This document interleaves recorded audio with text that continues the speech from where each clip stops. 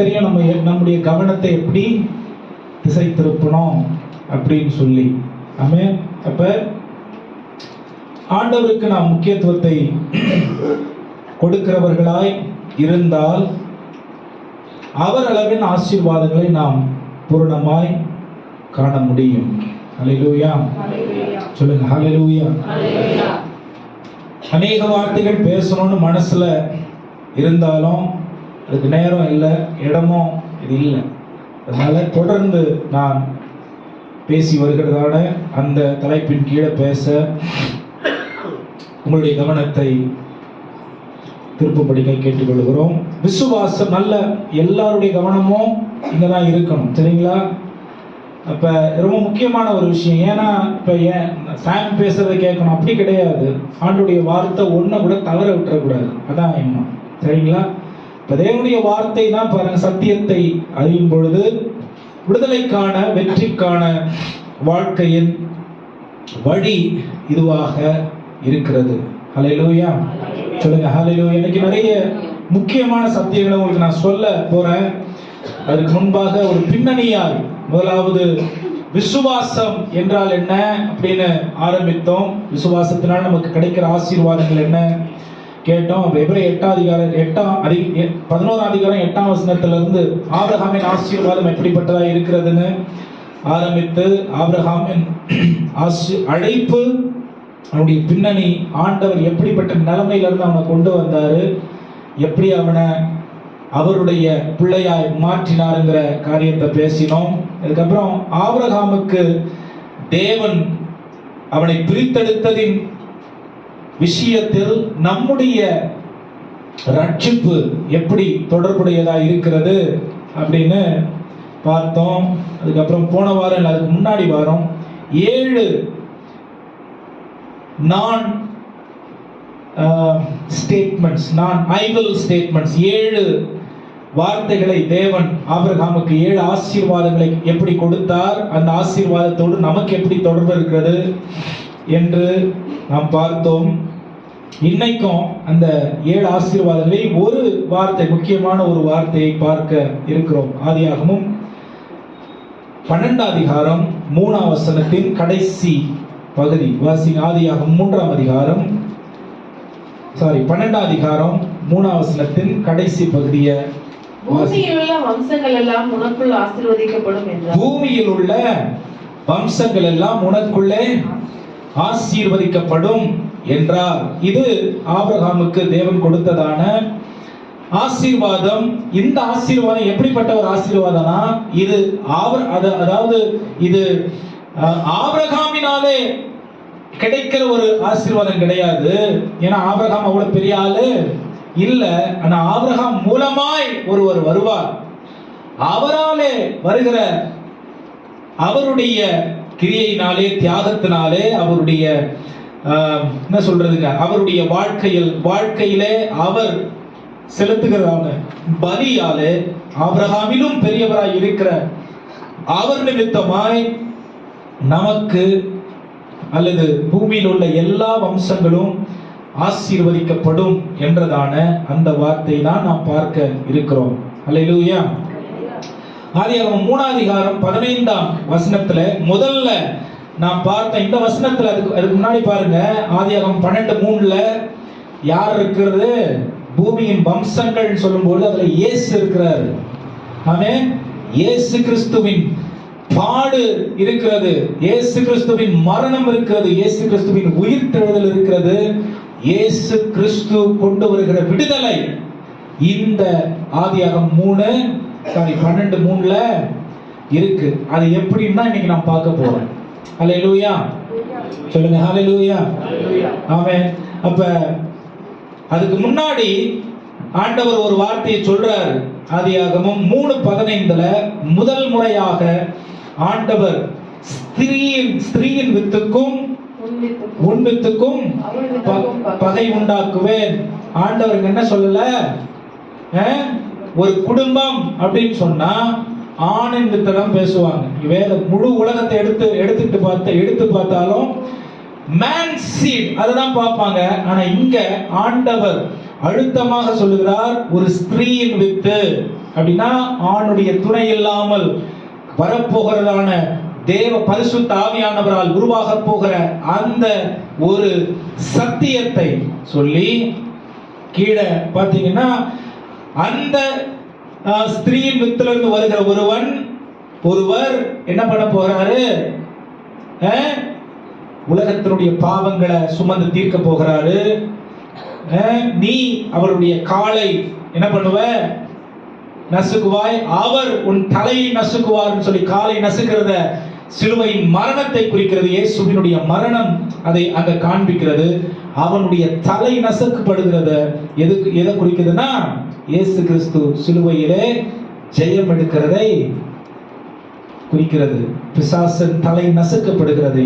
அதே போல ஒரு ஆசீர்வாதத்தை இங்க ஆபிரகாம் மூலமாய் ஆண்டவர் நமக்கு வைத்திருக்கிறார். இரண்டாவது ஒரு ஆசீர்வாதம் இங்க அதே போல ஒரு விஷயத்தை சொல்றாரு. இப்ப அந்த ஆபிரகாமின் ஆசீர்வாதத்தை நாம் தெளிவாய் புரிந்து கொள்வதற்கு 1 நாளாகமம் 17ஆம் அதிகாரத்திற்கு திருப்பிக் கொள்ளுங்க. 1 நாளாகமம் 17ஆம் அதிகாரத்திற்கு திருப்பிக் கொள்ளுங்க.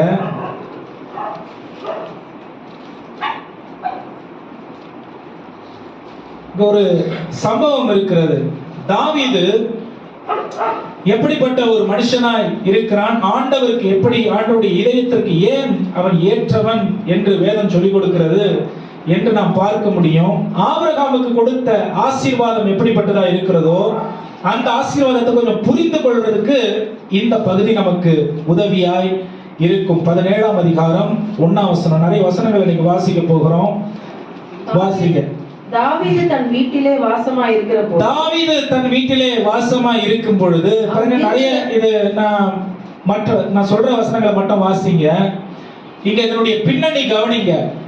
தாவீது ஆண்டவர் அவனை ஒரு பெரிய நிலைமைக்கு கொண்டு வர்றதுக்கு ஆண்டவர் அவனை எங்கிருந்து எடுக்கிறாரு?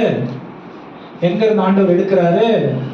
ஆடுகளை மேய்த்து கொண்டிருந்த அந்த நிலையிலிருந்து எப்படி ஆபிரகாம ஒரு தன்னுடைய கரங்களாலே சுரூபங்களை செய்து அது நிமித்தமாய் பிழைப்பை நடத்தி கொண்டு தன்னுடைய வாழ்க்கையை உலகப் போக்கில் வாழ்ந்திருந்தவனை இந்த வாசிச்சோம் பாருங்க.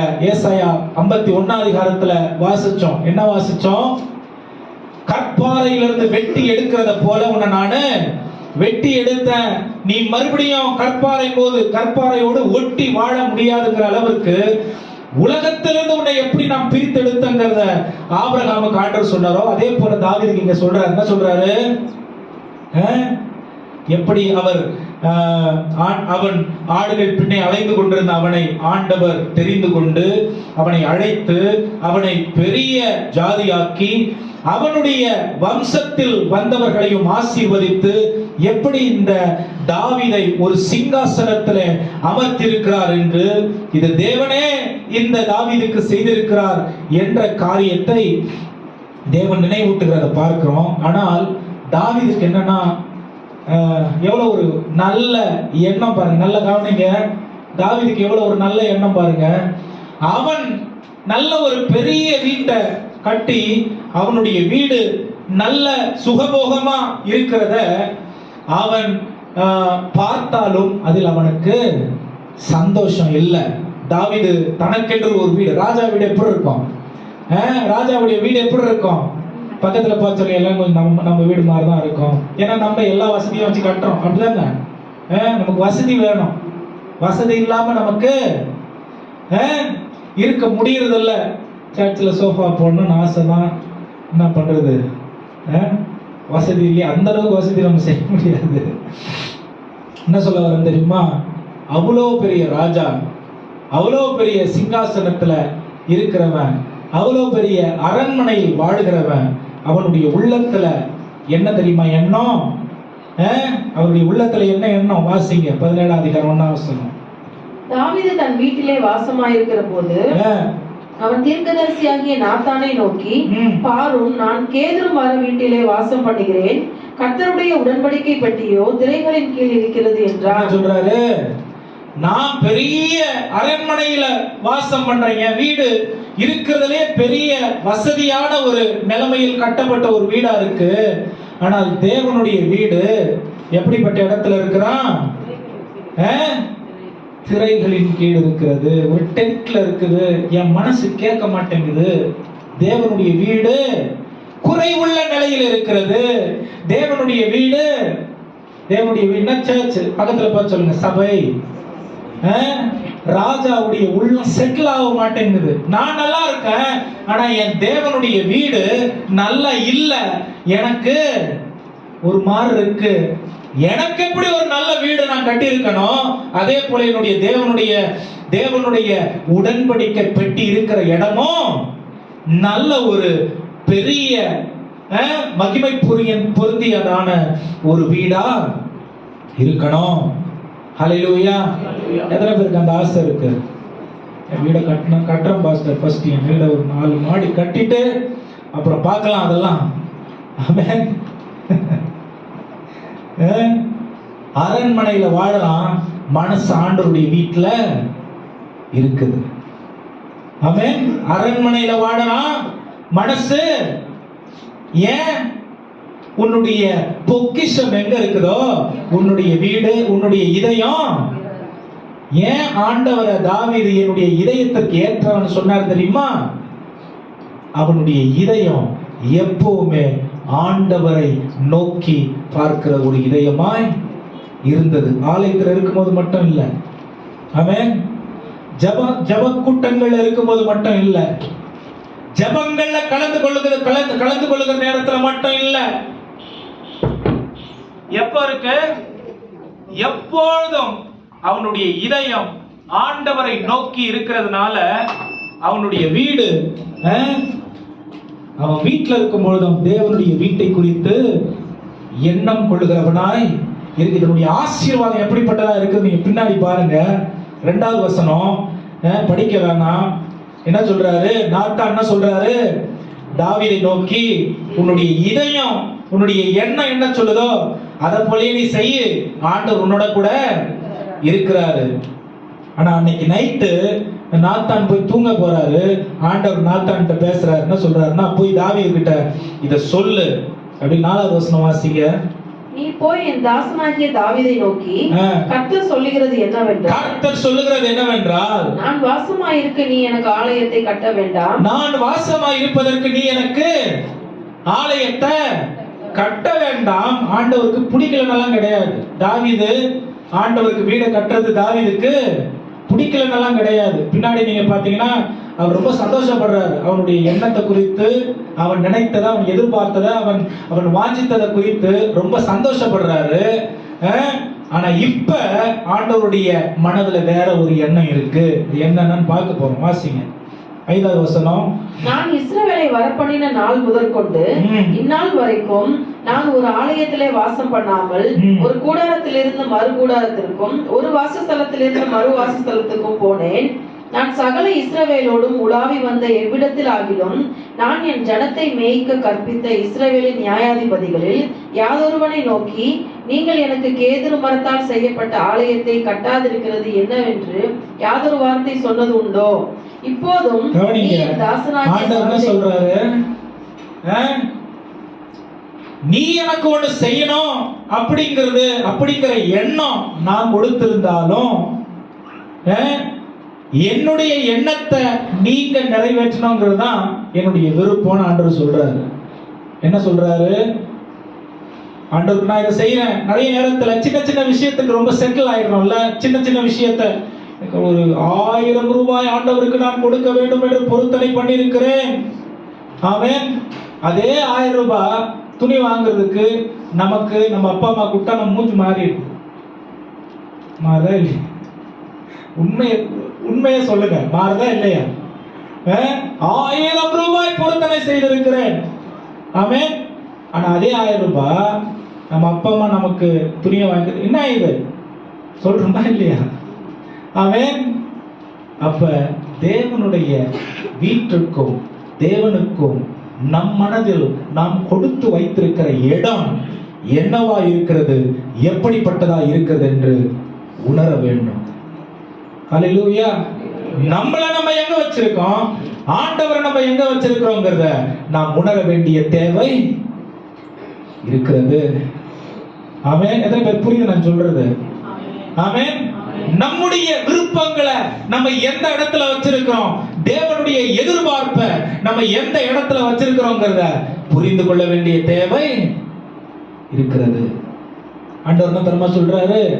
வாசிங்க தொடர்ந்து 7ஆம் வசனம். இப்போதும் நீ என் தாசனாகிய தாவீதை நோக்கி, சேனைகளின் கர்த்தர் சொல்லுகிறது என்னவென்றால், நீ என் ஜனமாகிய இஸ்ரவேலின் மேல் அதிபதியாய் இருக்கும்படி ஆடுகளின் பின்னே நடந்த உன்னை ஆட்டு மந்தையை விட்டு எடுத்து நீ போன இடமெல்லாம் உன்னோட இருந்து உன் சத்துருக்களை எல்லாம் உனக்கு முன்பாக நிர்மூலமாக்கி பூமியில் இருக்கிற பெரியோர்களின் நாமத்திற்கு ஒத்த நாமத்தை உனக்கு உண்டாக்கினேன். ஆமென். என்ன சொல்றாரு தாவீது குறிச்சு ஆண்டவர்? நாத்தான்கிட்ட சொல்றாரு, தூங்கிட்டு இருக்க நாத்தான்கிட்ட சொல்றாரு, எப்பா அவன் எனக்கு வீடு கட்டணும்னு நினைக்கிறான், நல்லதுதான், ஆனா அவன்கிட்ட போய் சொல்லு, நான் அவனை எப்படிப்பட்ட நிலையில இருந்து கொண்டு வந்தேன், எப்படிப்பட்ட நிலையில இன்னைக்கு வச்சிருக்கிறேன், பூமியில் உள்ள பெரியவர்களின் மத்தியிலே அவனுடைய பேரை நான் பிரஸ்தாபப்படுத்தி வச்சிருக்கிறேன். பக்கத்துல பார்த்து சொல்லுங்க, இத நான் செஞ்சேன்னு சொல்லுன்னு சொல்றாரு. ஆமென். இத நான் செஞ்சேன். ஆடுகள் மேய்த்தவனிலிருந்து பிரித்தெடுக்கப்பட்டவன் நான். அதாவது ராஜ்யத்தில், அதாவது ராஜாவாய் மாற்றினவன். எல்லாமே யார் செஞ்சது? ஆண்டவர் செஞ்சது. பக்கத்துல பார்த்து சொல்லுங்க, கிறிஸ்தவ வாழ்க்கையே, சொல்லுங்க சத்தமா, கிறிஸ்தவ வாழ்க்கையே அவர் சொல்லுகிறத செய்கிறத உணர்ந்து வாழுகிற ஒரு வாழ்க்கை. நிறைய நேரம் இது உல்டாவாயிருது. நான் என்ன ஆண்டவருக்கு செய்யறேன், நான் 1 மணி நேரம் உபவாச ஜெபத்துக்கு போயிட்டு வந்துட்டேன், எவ்வளவு நேரத்தை நான் ஜெபம் பண்ணியிருக்கேன், ஆண்டவருக்கு உபவாச ஜெபத்தை நேரத்தை கொடுத்திருக்கேன் தெரியுமா? ஆண்டவர் சொல்றாரு, உன்னை வரப்பண்ணினவன் நான், பிரித்தெடுத்தவன் நான், தெரிந்து கொண்டவன் நான், உயரத்தில் அமர்த்தி வைத்திருக்கிறவன் நான், பேரை பெருமைப்படுத்தி வைத்திருக்கிறவன் நான், இன்னைக்கு வரைக்கும் உன்னுடைய வாழ்க்கையில ஒவ்வொரு காரியங்களை நடப்பித்துக் கொண்டிருக்கிறவன் நான். போய் அந்த தாவீதுக்கு சொல்லு. ஆமென். சொல்லிட்டு என்ன சொல்றாரு? தொடர்ந்து வாசிங்க. நான் என் ஜனமாகிய இஸ்ரவேலுக்கு ஒரு இடத்தையும் ஏற்படுத்தி அவர்கள் தங்கள் ஸ்தானத்திலே குடியிருக்கவும் இனி அவர்கள் அலையாமலும் முன்போலும் நான் என் ஜனமாகிய இஸ்ரவேலின் மேல் நியாயாதிபதிகளை கட்டளையிட்ட நாள் முதல் நடந்த போலும் நியாயக்கேட்டின் மக்களால் இனி சிறுமைப்படாமல் இருக்கவும் அவர்களை நாட்டினேன். என்ன பண்றாரு? அவர்கள் என்ன பண்ணிருக்காரு? 4 வார்த்தை, ரொம்ப முக்கியமான ஒரு வார்த்தை, சபைக்கான ஒரு வார்த்தை, சபையை குறித்து சொல்லுகிறதான வார்த்தை. முதல்ல என்னது? என் ஜனம் அலையாது இருக்கும்படிக்கு அவர்களுக்கு நான் ஒரு இடத்தை கொடுத்தேன். எல்லாரும் சொல்லுங்க, அவர் ஒரு இடத்தை கொடுத்தாரு. சத்தமா சொல்லுங்க. ஆமென். ஹல்லேலூயா. அலையாது இருக்கும்படிக்கு ஒரு இடத்தை கொடுத்தேன். ஆமென். இடத்தை கொடுத்தும் அலைகிறது என்ன? ஆமென். அலையாது இருக்கும்படிக்கு இடத்தை கொடுத்தேன். 2வது, யாரும் இந்த ஜனத்தை மேல இவங்களை வந்து அடித்து போடாது இருக்கும்படிக்கு நான் கூட இருந்தவங்கள பாதுகாத்து நடத்தினேன். ஆமென். அது மட்டும் இல்ல, அவர்களை அங்க சுத்திக்கிட்டலாம என்ன பண்ண? நாட்டினேன், ஸ்தாபித்தேன். I established them. ஆமென். இதெல்லாம் சபையை குறித்து தேவன் சொல்லுகிற ஒரு காரியம். தாவீது ஆண்டவருக்கு வீட்டை கட்டணும்னு சொல்றாரு பாருங்க. அப்ப சபையை குறித்து ஆண்டவர் தாவீதுக்கு நாத்தான் மூலமாய் கொடுக்கிற வெளிப்பாடு இது. என்னைக்கு சபை ஆண்டவர் சொல்றாரோ அங்க நாட்டப்பட்டிருக்கிறவர்களாகவும் அலையாமல் ஸ்தாபிக்கப்பட்டிருக்கிறவர்களாகவும் வந்து தங்கி இருக்கிறவர்களாகவும் இருக்க வேண்டும் என்று தேவன் சபையை குறித்து எண்ணமுடையவராய் இருக்கிறாரு. ஏன் இந்த எண்ணம் ஆண்டவருக்கு? ஏன் இந்த எண்ணம் ஆண்டவருக்கு? அவர் யாருன்னு அவருடைய வாசஸ்தலத்துல தான் அவர் வெளிப்படுத்துகிற தேவனாய் இருக்கிறார். ஹல்லேலூயா. வாசிங்க தொடர்ந்து. உன் சத்துருக்களை எல்லாம் கீழ்ப்படுத்தினேன், இப்போதும் கர்த்தர் உனக்கு ஒரு வீட்டை கட்டுவார். இதான் முக்கியம். என்ன சொல்றாரு? நீ எனக்கு வீட்டை கட்டாத, நான் உனக்கு ஒரு வீட்டை கட்டுவேன். இந்த வீடு எப்படிப்பட்டதா இருக்கும்? தொடர்ந்து வாசிங்க. நீ உன் பிதாக்களிடத்தில் போக உன் நாட்கள் நிறைவேறும் போது நான் உனக்கு பின்பு உன் புத்திரரில் ஒருவனாகிய உன் சந்ததியை எழும்ப பண்ணி அவன் ராஜ்யத்தை நிலைப்படுத்துவேன். ஆமென். அவன் எனக்கு ஒரு ஆலயத்தை கட்டுவான், அவன் சிங்காசனத்தை என்றென்றைக்கும் நிலைக்க பண்ணுவேன்.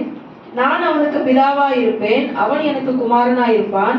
உனக்கு முன் இருந்தவனை விட்டு என் கிருபையை நான் விலக பண்ணினது போல அவனை விட்டு விலக பண்ணாமல் அவனை என் ஆலயத்திலும் என் ராஜ்யத்தின் என்றென்றைக்கும் நிலைக்க பண்ணுவேன். அவனுடைய ராஜாசனம் என்றென்றைக்கும் நிலை பெற்றிருக்கும் என்று சொல்வேன் என்றார். ஆமென். பாருங்க, ஒரே ஒரு எண்ணம் தாவீதுக்கு, ஆண்டவருக்கு வீட்டை கட்டணுன்ற எண்ணம். ஆண்டவர் என்ன தெரியுமா பண்றாரு? உன்னுடைய ராஜ்யத்தை நான் ஸ்தாபிப்பேன், அதை என்றென்றைக்கும் நிலைப்படுத்துவேன். ஆமென். இந்த ராஜ்யம், இந்த சிங்காசனம் என்றென்றைக்கும் நிலைப்பட்டிருக்கும். இத தாவீதுக்கு சொன்ன உடனே அவனுக்கு என்ன சொல்றதுங்க, அவனுடைய உணர்ச்சிகளை அவனால என்ன பண்ண முடியல, கட்டுப்படுத்த முடியல. நிறைய நேரம் வாக்குத்தத்தம் பெற்ற உடனே ஜனங்க எங்க போறாங்க? வாக்குத்தத்தம் பெற்ற உடனே, ஒரு கிருபையை பெற்ற உடனே, ஒரு வரத்தை பெற்ற உடனே, ஒரு ஒரு ஈவ ஆண்டவர் கொடுத்த உடனே ஜனங்க எங்க போறாங்க? பக்கத்துல பார்த்து சொல்லுங்க, நினைச்ச இடத்துக்கெல்லாம் போறாங்க. பக்கத்துல பார்த்து சொல்லுங்க, உண்மைதானே? நான் பொய்யா சொல்லணும்? நினைச்ச இடத்துக்கெல்லாம். ஆனா தாவீது எங்க தெரியுமா போனா? அவனால தாங்க முடியல. இத ஆண்டவர் அவனுக்கு சொன்ன உடனே, வாசிங்க 16வது வசனம். அப்பொழுது தாவீது ராஜா உட்பிரவேசித்து, எங்க உட்பிரவேசிக்கிறாரு? ஆண்டவருடைய உடன்படிக்கை பெட்டி இருக்கிறதான இடத்திற்கு, கர்த்தருடைய சமூகத்தில் இருந்து, தேவனாகிய கர்த்தாவே, என்ன சொல்றான் பாருங்க, தேவனாகிய கர்த்தாவே, தேவரீர் என்னை இதுவரைக்கும் கொண்டு வந்ததற்கு நான் எம்மாத்திரம், என் வீடும் எம்மாத்திரம். தேவனே, இது இன்னும் உம்முடைய பார்வைக்கு கொஞ்ச காரியமா இருக்கிறது என்று. எவ்வளவு காரியத்தை நீங்க செஞ்சிட்டீங்க. ஆண்டவர் சொல்றாரு, அவ்வளோ விஷயத்த சொல்றாரு. ஆடு மேய்ச்சவுல இருந்து உன்னுடைய ஜனத்தை ஸ்தாபிக்கிற வரைக்கும் அவனை நான் கொண்டு வந்து இதை நான் செஞ்சேன உடனே இது பத்தாதுன்னு ஆண்டவர் என்ன சொல்றாருன்னா, உன்னுடைய வீட்டை, உன்னுடைய ராஜ்யத்தை, உன்னுடைய சிங்காசனத்தை நித்திய நிரந்தரமான சிங்காசனமா மாற்றுவேன். உன் பின்னாக அல்லது உன் வழியாக வருகிற உன்னுடைய குமாரன் இதை என்றென்றைக்கும் நிலையுள்ள சிங்காசனமாய் ஆளுகை செய்வார். இந்த தாவீதின் வம்சத்தில் வருகிற, இந்த ராஜரீகம் பண்ணுகிற, ஆளுகை செய்கிற இந்த குமாரன் இயேசு கிறிஸ்து. ஹல்லேலூயா. இயேசு கிறிஸ்துவின் சிங்காசனம் என்றென்றைக்கும் உள்ள சிங்காசனமாக இருக்கிறது. இயேசு கிறிஸ்துவினுடைய ராஜ்யம் என்றென்றைக்கும் உள்ளதான ராஜ்யமாய் இருக்கிறது. இயேசு கிறிஸ்துவினுடைய அரியாசனம் நித்தியமாய் இருக்கிற. சாலமோனை குறித்து ஆண்டவர் சொல்லல, இயேசுவை குறித்து ஆண்டவர் சொல்லுகிறார். இது புரிஞ்சிருச்சு தாவீதுக்கு. அதாவது நான் இந்த பேரை எங்கெல்லாம் இயேசுவை குறித்து சொல்றாங்களோ, தாவீதின் குமாரனே என்று என் பேரை சொல்லி சொல்ற அளவுக்கு ஒரு பிரிவிலேஜ், ஒரு பாக்கியத்தை கொடுத்துட்டீங்களா ஆண்டவரே. நான் வீட்டை கட்டணும்னு நினைச்சதுக்கு இந்த ஆசீர்வாதமா? நான் உம்முடைய நீர் நடத்துதலுக்கு ஒப்பு கொடுத்து வாழணுங்கிற அந்த எண்ணத்துக்கு இந்த ஆசீர்வாதமா அப்படின்னு ஆண்டவர் என்ன வாக்கு பண்றாரு? நான் உன் வீட்டை கட்டுவேன். ஹல்லேலூயா. பூமியின் வம்சங்கள் இருக்கிற வரைக்கும் உன்னுடைய நாமத்தை, இயேசுவின் நாமம் அறிவிக்கப்படுகிற இடத்துலலாம் உன் பேரை மறக்க மாட்டாங்க. ஹல்லேலூயா. சொல்லுங்க ஹல்லேலூயா. அப்ப தேவனுடைய வீட்டை தேவன் கட்டுகிறார்னா எப்படி கட்டுறாரு? கிறிஸ்துவின் மூலமாய் கட்டுகிற தேவனா இருக்கிறாரு. அப்ப பெற்ற எல்லா நன்மைகளும் எங்க வைக்கப்படணும்னா இயேசு கிறிஸ்துவின் பாதப்படியில. ஆமென். இயேசு கிறிஸ்து கிட்ட கற்றுக்கொள்ளுகிற ஒரு காரியமாய் இது இருக்க வேண்டும். ஆமென். இது எவ்வளவு பெரிய ஒரு ஆசீர்வாதம்னா சாதாரணமான ஒரு விஷயம் இல்லை. ஆமென். லைஃப் லாங் லேர்னிங், வாழ்க்கை முழுவதும் கற்றுக்கொள்ளுதலுக்கு நம்மை அர்ப்பணித்து ஒப்பு கொடுக்க வேண்டிய தேவை இருக்கிறது. ஹல்லேலூயா. நல்ல சத்தமா சொல்லுங்க ஹல்லேலூயா. நானும் என் குடும்பமும் இந்த ஆசீர்வாதத்தை பெறறதுக்கு எம்மாத்திர ஆண்டவரே அப்படிங்கிற ஒரு மனதுடையவனாய் இருக்கிறான். ஆனா அதே நேரத்துல அவனுடைய ஜெபம் எப்படிப்பட்ட ஒரு ஜெபமா இருக்கிறது பாருங்க. 18ஆம் வசனம். உமது அடியானுக்கு உண்டாகும் கணத்தை பற்றி, உம்முடைய அடியானுக்கு உண்டாகும் கணத்தை பற்றி தாவீது அப்புறம் உம்மோடே சொல்வது என்ன? தேவரீர் உமது அடியானை அறிவீர். கர்த்தாவே, உமது அடியானின் நிமித்தமும் உமது இருதயத்தின்படியும் இந்த பெரிய காரியங்களை எல்லாம் அறிய பண்ணும்படிக்கு இந்த பெரிய காரியத்தை எல்லாம் செய்தீர். கர்த்தாவே, நாங்கள் எங்கள் காதுகளால் கேட்ட எல்லாவற்றின் படியும் தேவரீருக்கு நிகரானவர் இல்லை, உம்மை தவிர வேறே தேவனும் இல்லை. உமது ஜனமாகிய இஸ்ரவேலுக்கு நிகரான ஜனமும் உண்டோ? பூலோகத்தில் இந்த ஒரே ஜாதியை தேவனாகிய நீர் உமக்கு ஜனமாக மீட்கும்படி பயங்கரமான பெரிய காரியங்களினால் உமக்கு கீர்த்தியை உண்டாக்கி நீர் எகிப்திற்கு நீங்களாக்கி மீட்ட உமது ஜனத்திற்கு முன்பாக ஜாதிகளை துரத்தி உமது ஜனமாகிய இஸ்ரவேலர் என்றென்றைக்கும் உமது ஜனமாய் இருப்பதற்கு அவர்களை நிலைப்படுத்தி கர்த்தராகிய நீர் தாமே அவர்களுக்கு தேவனானீர். இப்பொழுதும் கர்த்தாவே, தேவரீர் அடியானையும் அவன் வீட்டையும் குறித்து சொன்ன வார்த்தை என்றென்றைக்கும் நிலைவரப்பட்டிருப்பதாக. தேவரீர் சொன்னபடியே செய்தருளும். என்ன பண்றாரு தாவீது? என்ன சொல்றாரு? ஆண்டவரே, நீங்க என்ன சொன்னீங்களோ அத செய்தருளுவீராக. ஆமென். இத விசுவாசத்தினால அங்கீகரிக்கிறார். நீங்க சொன்னத செய்தருளும். எதுக்கு? தாவீதின் பேர் பெருமைப்படணும் கிடையாது, இயேசு கிறிஸ்துவினுடைய சிங்காசனம் நிலைப்பட்டிருக்கிறோம். ஆமென். இயேசு கிறிஸ்துவினுடைய ராஜ்யம் இருக்கணும்னு நீங்க சொன்னபடியே செய்தருளும். தொடர்ந்து வாசிங்க 25ஆம் வசனம். உனக்கு வீடு கட்டுவேன் என்று தேவனாகிய நீர் உமது அடியான் செவி கேட்க வெளிப்படுத்தினீர்.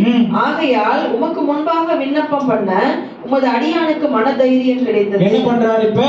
ஆண்டவரே, எனக்கு உம்முடைய வாக்குத்தத்தம், உம்முடைய பிராமிஸ் கிடைச்சிருச்சு, வாக்குத்தத்தம் கிடைச்சிருச்சு.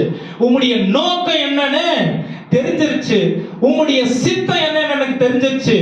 இத பிடிச்சுக்கிட்டு நான் தைரியமா விசுவாசமா உமக்கு முன்பாக வந்து ஜெபம் பண்றதுக்கு எனக்கு தைரியம் கிடைச்சிருக்கு. நான் தைரியமா இனிமே ஜெபம் பண்ணுவேன். ஹல்லேலூயா. ஜெபம் பண்றது என்ன நடக்குமோன்னு சந்தேகத்தோடு ஜெபிக்கிறது கிடையாது. தேவனுடைய சித்தத்தையும் திட்டத்தையும் அவருடைய நோக்கத்தையும் தெளிவாக புரிந்து கொண்டு அந்த தைரியத்தின்படி தேவன் இதை நமக்காக செய்திருக்கிறார் என அவர் வாக்குத்தத்தம் பண்ணியிருக்கிறார் என்கிற விசுவாசத்தோடு நாம் ஜெபிப்பது தேவனுக்கு ஏற்புடைய ஜெபமாய் இருக்கிறது. நடக்குமா நடக்காதான் இல்ல. ஆமென். அவர் சொன்னால செய்வாருங்கிற நிச்சயத்தோடு. ஆமென். முடியுமா முடியாதாங்கிறது இல்ல, அவர் நோக்கம் நிறைவேறிய தீருங்கிற நம்பிக்கையோடு. ஆமென். என்ன நடக்குமோ என்ற ரெண்டு மனமாய் இல்ல, அவர் சித்தத்தை அவர் செய்து முடிப்பார் என்ற தைரியத்தோடு தாவீது ஜெபம் பண்ணான். ஆமென். இது தாவீதின் ஜெபம். எவ்வளவு நிறைய சத்தியம் இதுல இருக்கு. இதுல நான் வார்த்தையா போனேன்னா இது எத்தனை வாரம் போகும் தெரியாது. இதுக்கு நான் அது என்னுடைய நோக்கம் கிடையாது. ஆமென். இந்த ஒரு நிச்சயம் நமக்கு இருக்கணும். எப்படி ஆபிரகாம ஆண்டவர் ஒரு வேர் பிரித்தெடுத்தாரோ, தாவீதனுடைய நிலைமையும் ஆண்டவர் சொல்ற, நீ ஆடு மேய்ச்சிட்டு இருந்தவனா இருந்த உன்னை எனக்கு தேவைன்னு உன்னை நாம் பிரித்து கொண்டு வந்த விதம் எப்படிப்பட்டதாய் இருக்கிறது என்று நீ புரிந்து கொள்ள வேண்டும். ஆமென். ஹல்லேலூயா. அதே போல நம்ம எந்த பின்னணியில இருந்து வந்திருக்கிறோங்கிறது நமக்கு தெரியும். ஆனா இன்னைக்கு ஆண்டவர் நம்மளை பிரித்தெடுத்து அவருக்கென்று ஒரு நோக்கத்தை உங்க வாழ்க்கையில வச்சு அதை நிறைவேற்றணும்னு அவர் வைத்திருக்கிற அந்த சித்தத்தை நீங்களும் நானும் உணர வேண்டும். இத உணரல, இத நம்முடைய கவனத்துல இல்ல, இத நம்ம புரிந்து கொள்ளலன்னு சொன்னா எத்தனை வருஷம் நம்ம கிறிஸ்தவர்களாய் வாழ்ந்து நாம் அவருக்காக ஜீவித்தோம் என்று சொல்லிக் கொள்ளலாம், ஆனால் அவருடைய சித்தத்திற்கு ஒப்பு கொடுக்கலன்னு அர்த்தம். ஆமென். நான் புரியுதுங்களா? இந்த சத்தியம் பேர் புரியுது? ஆமென். ஆபிரகாம் தேவனை பின்பற்றி வந்தான். திரும்ப அவனுடைய பழைய வாழ்க்கைக்கு அவன் போகவே இல்லை. உலகத்தின் பக்கம் திரும்பவே இல்லை. ஆமென். அவன் செய்து கொண்டிருந்த காரியங்களை மறுபடியும் செய்ய தன்னை ஒப்பு கொடுக்கவே இல்லை. ஆண்டவர் பின்னாடி வந்துட்டான் அவ்வளவுதான். தாவீது ஆடு மேய்த்துக் கொண்டிருந்தவனை தேவன் கொண்டு வந்தார். திரும்ப அவனுடைய பழைய வாழ்க்கைக்கு அவன் போகல. பழைய நிலைமைகள் அவனுடைய வாழ்க்கையில காணப்படல. ஆண்டவர் அழைத்தார். அவருடைய அழைப்புக்கு தன்னை பூரணமாய் ஒப்பு கொடுத்துட்டார். ஆமென். இன்னைக்கு நீங்களும் நானும் அவருடைய ஆலயமாய் இருக்கிற, அதான் 1 கொரிந்தியர் 5ஆம் அதிகாரம் 19ஆம் வசனம் சொல்லுது,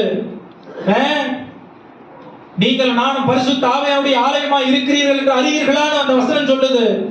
நீங்களும் நானும் பிரித்தெடுத்து விட்டார், தெரிந்து கொண்டு விட்டார், அவருக்காக வாழ நம்மை ஒப்பு கொடுத்து விட்டோம். ஆனால் மறுபடியும் நாம் எந்த நிலைமையில் இருக்கிறோம் என்பதை கவனித்து பார்க்க வேண்டிய தேவை. பின்னாடி என்ன பண்ணக்கூடாது? போகவே கூடாது. அல்லேலூயா. இதுக்கு மேல எனக்கு நேரம் இல்லை.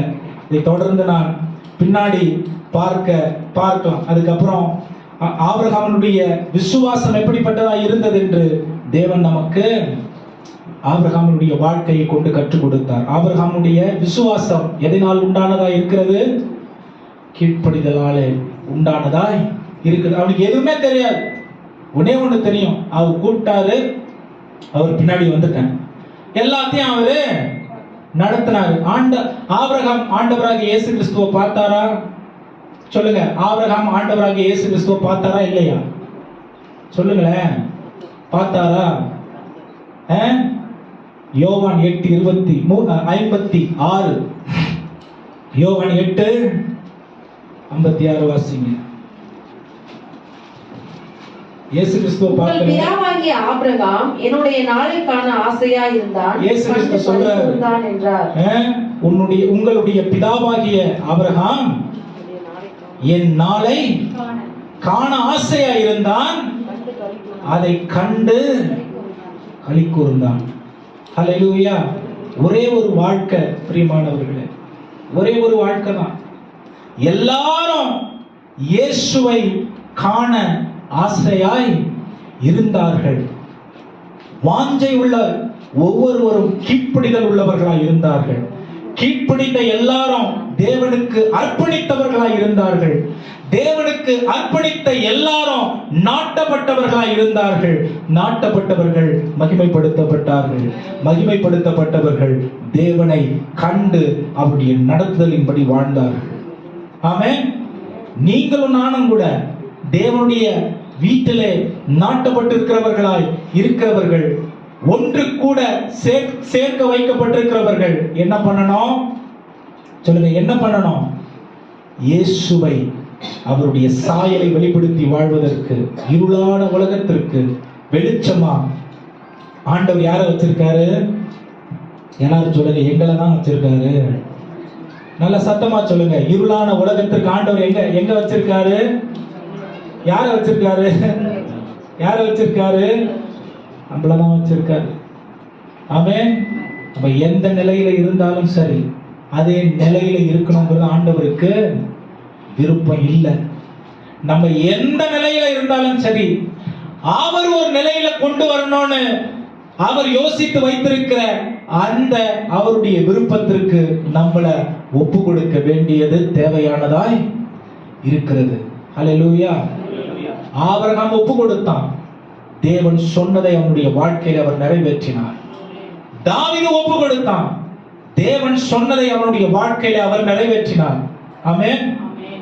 உங்களுடைய வாழ்க்கையில் தேவனுடைய ஆசீர்வாதங்கள் நிறைவேறணும்னா அவர் விருப்பத்திற்கு நம்மை நாம் ஒப்பு கொடுக்க வேண்டும். மாறாக நம்ம விருப்பத்துக்கு அவர் வேலை செய்யணும்னு நினைக்க கூடாது. ஹல்லேலூயா. சொல்லுங்க ஹல்லேலூயா.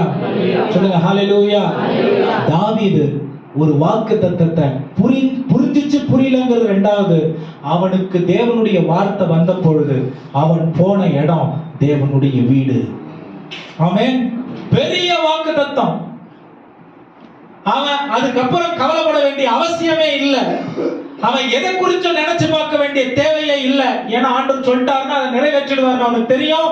ஏன்னா அவன் ஆடு மேய்ச்சவன்ல இருந்து ராஜாவா மாற வரைக்கும் ஆண்டவர் சொன்னதை செஞ்சுட்டாரு. ஆமென். இப்ப அவன் ராஜாவா இருக்கும் போது இன்னொரு பெரிய விஷயத்தை சொல்றாரு. செஞ்ச ஆண்டவர் செய்வார்னு அவனுக்கு நிச்சயமா தெரியும். ஆமென். அவன் யாரையும் மந்திரவாதிகளை தேடி ஓடல, யாரையும் இந்த வாய்ப்பு கொடுக்குவாங்க அந்த வாய்ப்பு கொடுக்குவாங்கன்னு தேடி அவன் ஓடின இடம் தேவனுடைய சமூகம். அவன் போன இடம் தேவனுடைய வீடு. அவன் போன இடம் தேவன் வசிக்கிறதான ஸ்தலம். அவன் போன இடம் தேவனுடைய உடன்படிக்கை பெட்டி இருக்கிறதான இடம். அவன் போன இடம் தேவன் அவனை அவனுடைய ஜனத்தை ஒன்று கூட்டி ஸ்தாபித்ததான இடம். அவன் போன இடம் தேவன் அவனை நாட்டினதான ஸ்தலம். ஹல்லேலூயா சொல்லுங்க, ஹல்லேலூயா. இஸ்ரவேல் முழுவதற்கும் அவன் ராஜாவா இருக்கலாம், ஆனா அவனை ஆளுகை செய்கிறவர்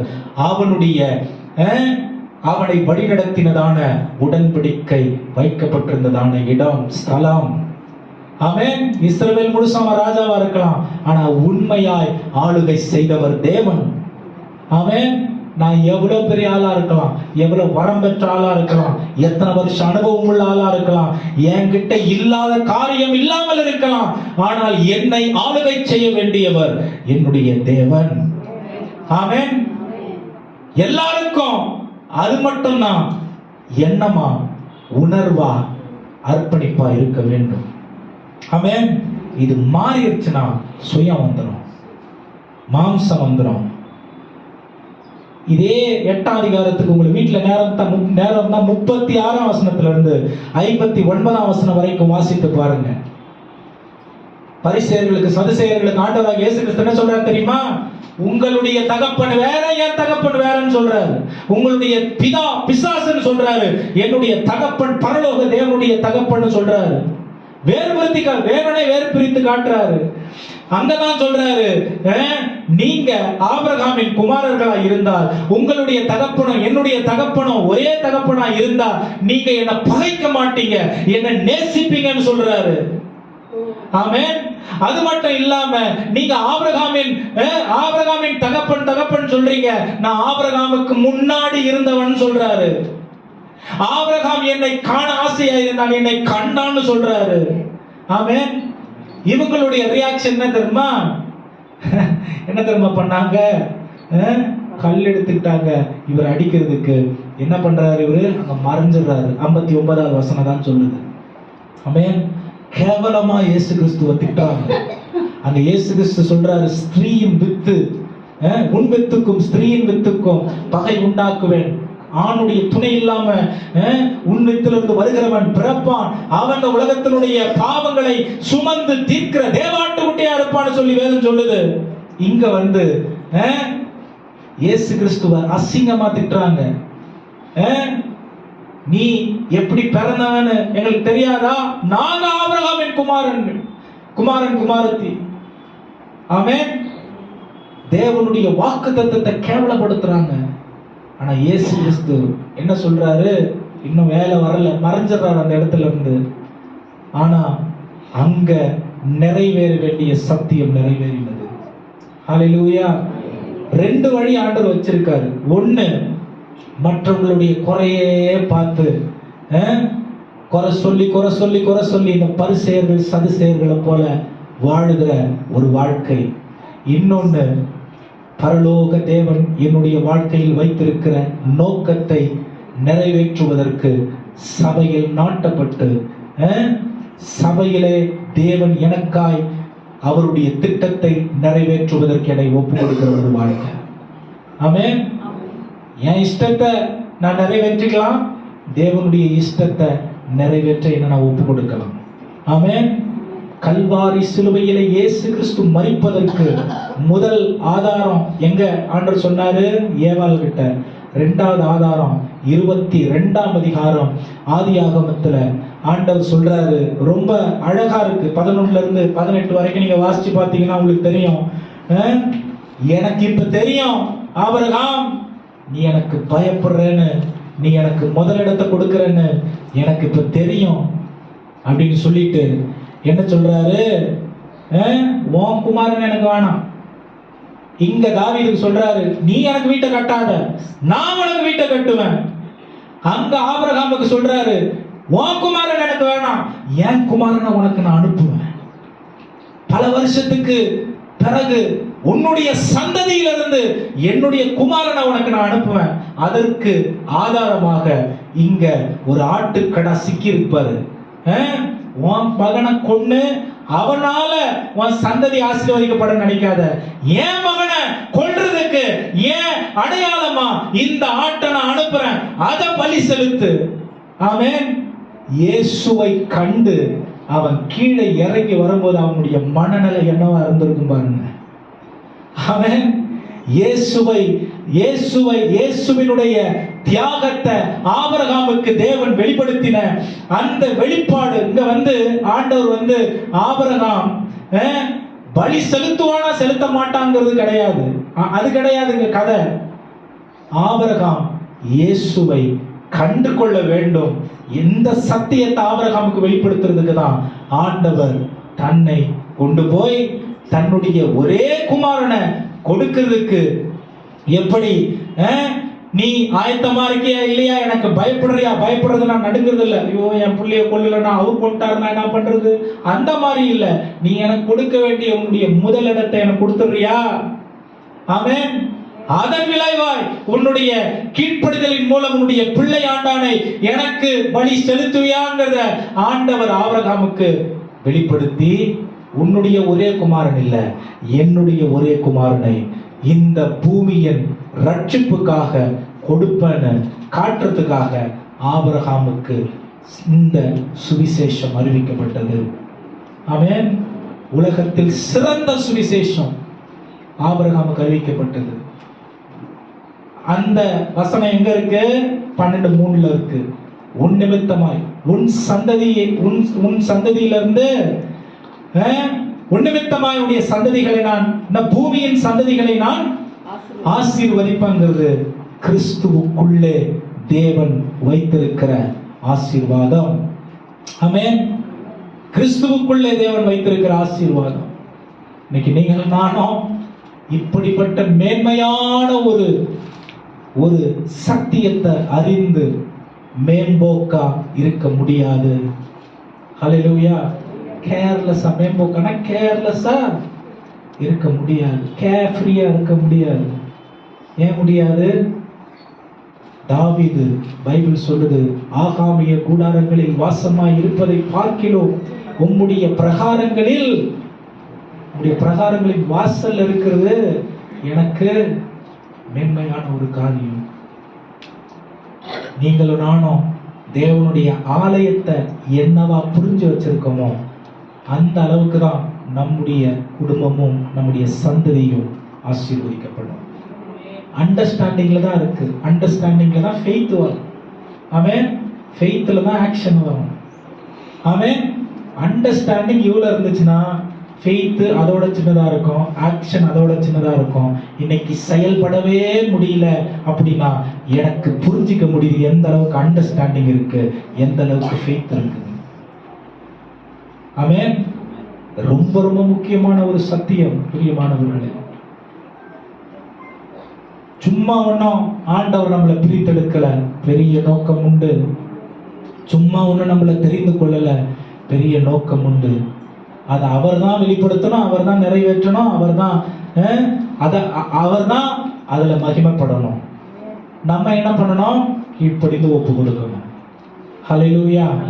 எத்தனை பேர் இந்த காலை வேளையில ஆண்டவரே இவ்வளவு பெரிய சத்தியம் எங்களுக்காக நீர் சேமித்து வைத்திருந்தீரா, சேஃப் கார்ட் பண்ணி வச்சிருந்தீரா அப்படின்னு நன்றி உள்ளவர்களா இருக்கிற இந்த காலை வேளையில மாதத்தின் 1வது வாரம் பாருங்க, எவ்வளவு பெரிய ஆசீர்வாதம்.